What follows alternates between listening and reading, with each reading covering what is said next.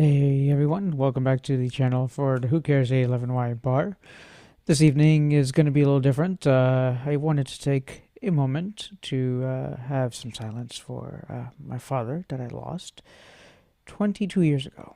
And 2003 of July 28th, right around this evening after time around 10:30, 10:28 to that time frame, my dad took his last breath and how I recall it back then was we were supposed to move downstairs and be so that he could get wheelchaired back home. And same evening, a good friend of ours that had a dry cleaning business in town was just getting off of work. And so we asked, hey, could you give us a ride to the hospital? He's not doing well. They're taking him through ambulance.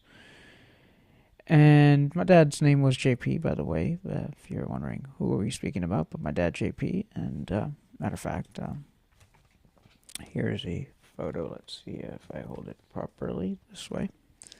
Someone just hold it up for a few seconds. But anyhow, we reached the hospital before he did, and they were running him as a code blue, so they were trying to revive him.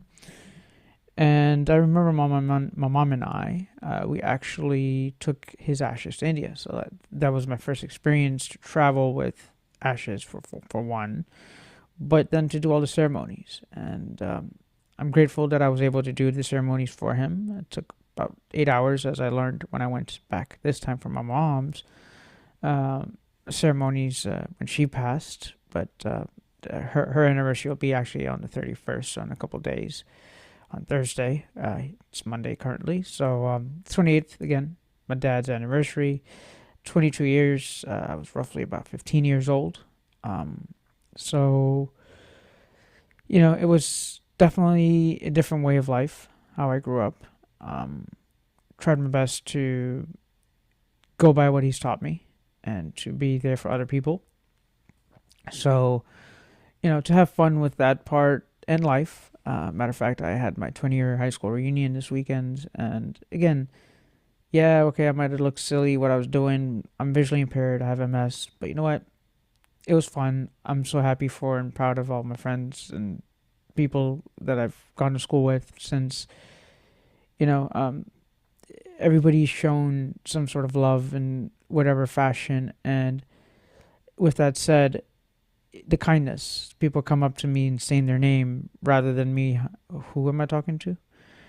And at that same notion, my father's position of how he was in this society was he would do everything for anybody, right? Like if you ask him for a favor, he'll make sure it's completed and get you the resources. Maybe that's where the blind accessible resource part came in. Who knows?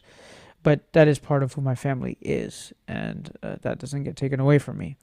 So, again, for the people that are struggling through different situations with maybe their family and whatnot, sometimes just know that we're given life, and I'm just grateful for the trials and tribulations that I've learned to be a better man in my lifetime.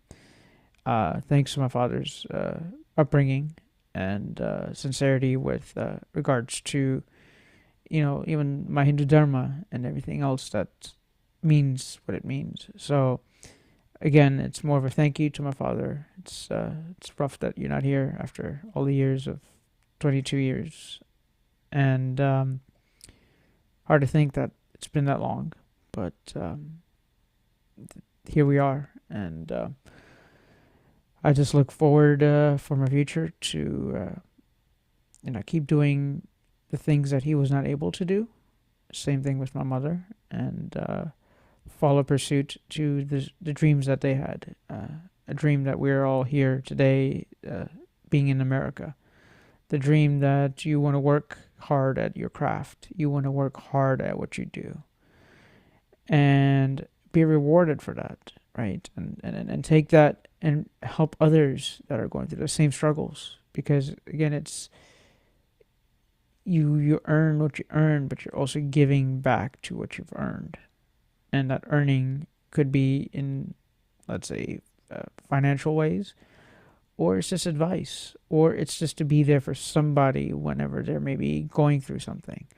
Maybe they're going through pregnancy alone, and just to be there for somebody to give them that voice to say, you are a smart person and you'll make it.